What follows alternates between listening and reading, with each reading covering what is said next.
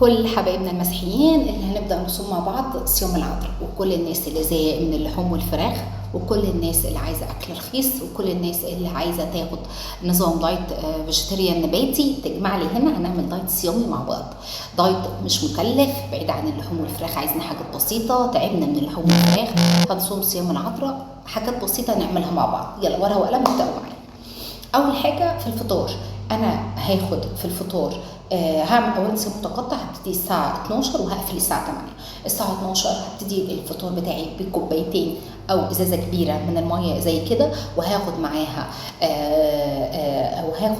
كوباية أعشاب، وليكن كوباية كمون بليمون أو كوباية شاي أخضر. ساعة وهفطر نص رغيف مع طبق سلطة خضرة كبير، واهتم بالحاجات الخضرة كتير، وحلو جدا ان انا احط عليها حمص، حلو جدا ان انا احط عليها سويت كورن، حلو جدا ان انا احط عليها فاصوليا حمراء. لو مفيش سلطة خضرة عادية استخدم ايه معاها؟ استخدم معاها فول، استخدم معاها طعمية في الفرن او طعمية معمولة في البيت ومعصورة من كل الزيوت اللي فيها، استخدم معاها بطاطس مهروسة، استخدم معاها باذنجان مشوي، زبدة فول سوداني، وليا معلقة مادة دهنية زيت زيتون او زيت جوز هند او زيت نباتي على اي اكلة في الفطار. خلصنا من الفطار، اصوم 4 ساعات ما بين الفطار والغدا، وهتغدى نص رغيف كمان او 5 معالق رز او مكرونه او فريك او برجر. وطبق السلطه ههتم برضو ان طبق السلطه يكون فيه بروتين نباتي زي ما قلنا، حمص او فاصوليا حمراء او سويت كورن. وهتغدى مع الفطار مع العيش والسلطه هاخد طبق خضار نباتي ارداحي، سبانخ، ملوخيه، باميه، فاصوليا، اي حاجه، او بقوليات، عدس، بصاره، نابت، لوبيا، فاصوليا.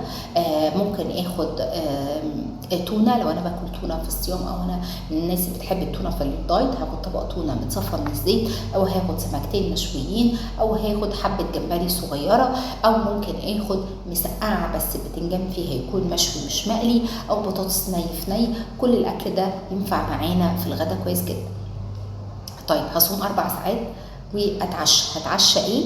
هتعشى طبق ترمس فشار، ذره مشوي، كوز ذره مشوي، بطاطا،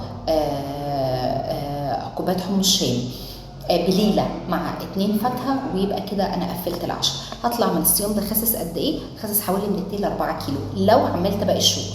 شربت ميه كفايه، اتحركت نص ساعه لساعه يوميا، ونمت بدري. كل سنه وانتم طيبين.